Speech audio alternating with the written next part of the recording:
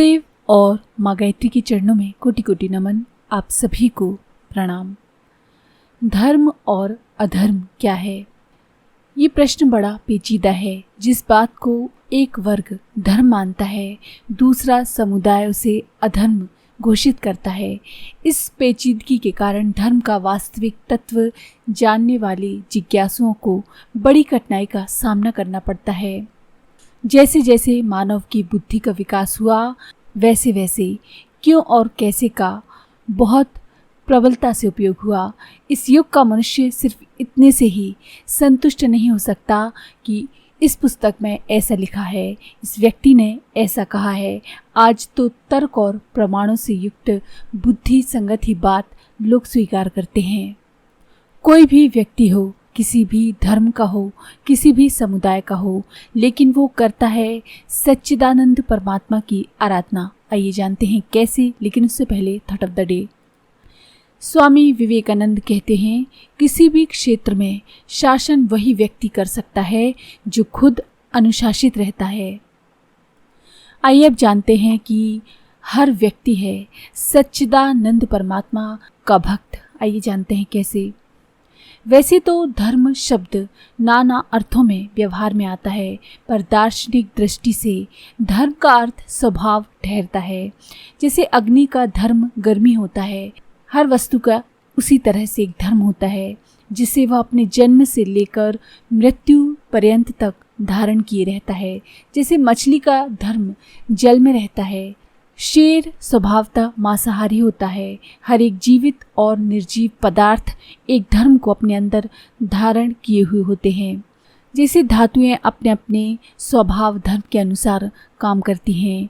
धातु विज्ञान के जानकार समझते हैं कि अमुक प्रकार का लोहा इतनी आग में गलता है और वह इतना मजबूत हो जाता है। उसी के अनुसार वे सारी व्यवस्था बनाते हैं। यदि लोहा अपना धर्म छोड़ दे, कभी कम आग में गले और कभी ज़्यादा आग में, और उसकी मजबूती का भी कोई भरोसा ना रहे, तो निस्संदेह लोहकारों का कार्य असंभव हो जाएगा। नदियाँ कभी पूरब की ओर बहें और कभी पश्चिम की ओर, अग्नि कभी गर्म हो जाए और कभी ठंडी हो जाए, तो आप सोचें कि दुनिया कितनी अस्थिर हो जाएगी। परंतु ऐसा नहीं होता। विश्व का एक एक परमाणु अपने नियत धर्म का पालन करने में लगा हुआ है। कोई तिल भर भी इधर से उधर नहीं हिलता। धर्म रहित कोई भी वस्तु इस विश्व में स्थिर नहीं रह सकती। बहुत काल की खोज के बाद मनुष्य का मूल धर्म मालूम कर लिया गया। जन्म से लेकर मृत्यु तक संपूर्ण मनुष्य अपने मूलभूत धर्म का पालन करने में जुटा रहता है। आपको ये सुनकर कोई भी मनुष्य धर्म रहित नहीं है आश्चर्य होता होगा। इसका कारण ये है कि आप मनुष्यकृत रीति रिवाजों, मजहबों, फिरकों, प्रथाओं को धर्म नाम दे देते हैं। ये सब तो व्यवस्थाएं हैं जो वास्तविक धर्म से बहुत ऊपर की उथली वस्तुएं हैं। आपको वास्तविकता का पता लगाने के लिए एक सत्य शोधक की भांति बहुत गहरा उतरकर मनुष्य स्वभाव का अध्ययन करना होगा। हम पहले ही बता चुके हैं कि धर्म का अर्थ स्वभाव होता है। स्वभाव मनुष्य का बनाया हुआ नहीं होता, बल्कि ईश्वर प्रदत्त होता है। जिस योनि में जैसी शिक्षा प्राप्त करनी होती है, उसकी मर्यादा चारों ओर से खिंची हुई होती है, जिससे नौसीखिए कुछ भूल ना कर बैठें। स्कूल के एक छात्र खेल के घंटों में जब गेंद खेलते हैं, तो अध्यापक उन्हें एक मर्यादित क्षेत्र बता देता है कि इस भूमि में खेलो। वैसे तो अपनी बुद्धि के अनुसार खेलने, हारने, जीतने में खिलाड़ी लोग स्वतंत्र हैं। अध्यापक उसमें हस्तक्षेप नहीं करता, पर क्षेत्र जब मर्यादित कर देता है तो फील्ड छोड़कर सड़क पर फुटबॉल उछालने की वहाँ व्यवस्था नहीं होती। इसी प्रकार मनुष्य की कुछ स्वाभाविक मर्यादाएं हैं जिनके अंदर वो भले बुरे खेल खेलता है। यही स्वाभाविक मर्यादाएं दार्शनिक दृष्टि से धर्म कहलाती हैं। धर्म के अंतर्गत क्षेत्र में ही मनुष्य के सारे काम होते हैं। इसमें पाप पुण्य क्या है और किस प्रकार है, इसकी विवेचना हम आगे की वीडियोस में करेंगे। इस समय तो हम धर्म के बारे में ईश्वर दत्त स्वाभाविक मर्यादा के संबंध में चर्चा करेंगे, जिसे जानकर ये निश्चय किया जा सकता है कि हमें मानव देह क्या शिक्षा प्राप्त करने के लिए मिली है।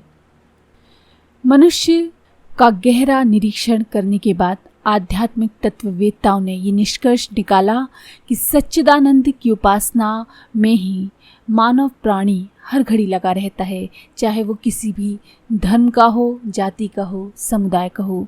एक पल के लिए भी इसे छोड़ता नहीं है और ना इसके अतिरिक्त और कुछ काम करता है। आप लोग अधीर ना हो। सच्चिदानंद की उपासना तो विरले ही करते हैं। यदि विरले ही करते हैं तो वह बात स्वाभाविक धर्म नहीं रह जाती, फिर उसे मनुष्य कृत मानना पड़ता है। आइए जानते हैं कि किस तरह से प्रत्येक मनुष्य सच्चिदानंद की उपासना करता हुआ अपने धर्म कर्तव्य को पालन करने में लगा हुआ है। सत का अर्थ है अस्तित्व, चित का अर्थ है ज्ञान और आनंद का अर्थ है सुख। अपने अस्तित्व की उन्नति में, अपने ज्ञान की वृद्धि में, अपने सुख को बढ़ाने में ही सब लोग लगे हुए हैं। मनोविज्ञान शास्त्र के फ्रांसीसी पंडित सोरेंसिस ने मानव प्रवृत्तियों का विश्लेषण करते हुए बताया, सारे मनुष्य इन्हीं कार्यों को करने में लगे हुए हैं।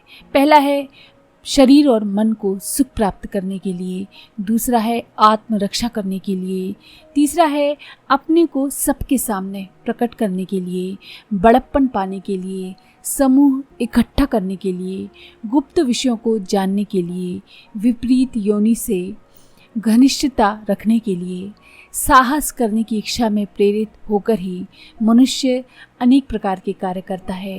अर्थात मनुष्य जो भी जितने भी कार्य करते हुए देखते हैं वे सब इन्हीं इच्छाओं के फल मात्र हैं। इन 8 वृत्तियों का विभाजन हम इस प्रकार से करते हैं।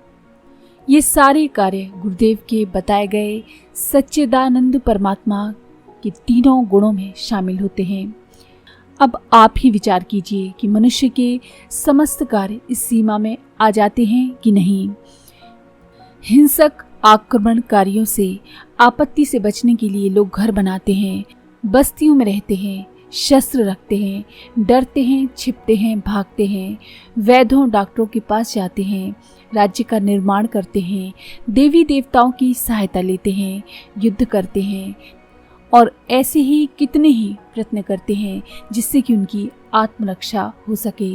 इसी तरह कीर्ति पाने के लिए लोकप्रिय बनना, फैशन बनाना, भाषण देना, अपने विचार छापना, लोगों का ध्यान अपनी ओर खींचने वाले शब्द बोलना अथवा प्रदर्शन करना, ये सारे कार्य किए जाते हैं। इसी तरह से सुख प्राप्त करने के लिए ओहदा प्राप्त करना, संपत्तिवान बनना, गुरु बनना, ईश्वर भक्त होना, ये सारे कार्य किए जाते हैं। अब आप अच्छी तरह से समझ गए होंगे कि सत्य यानी अस्तित्व की उन्नति, चित यानी ज्ञान की वृद्धि, आनंद यानी शरीर और मन की सुख साधना में ही सब लोग प्रवृत्त मिलेंगे। कोई भी व्यक्ति इस कार्यक्रम से अलग नहीं होगा। इसे जब हम गंभीर दृष्टि से मनुष्य के स्वभाव जन्य मूलभूत धर्म की खोज करते हैं तो सच्चिदानंद की उपासना इसी तत्व को प्राप्त करते हैं। तो अगर आपको ये जानकारी पसंद आई हो तो प्लीज़ लाइक करें, शेयर करें, सब्सक्राइब करें और बेल के आइकन पर क्लिक करके ऑल पर क्लिक करना ना भूलें।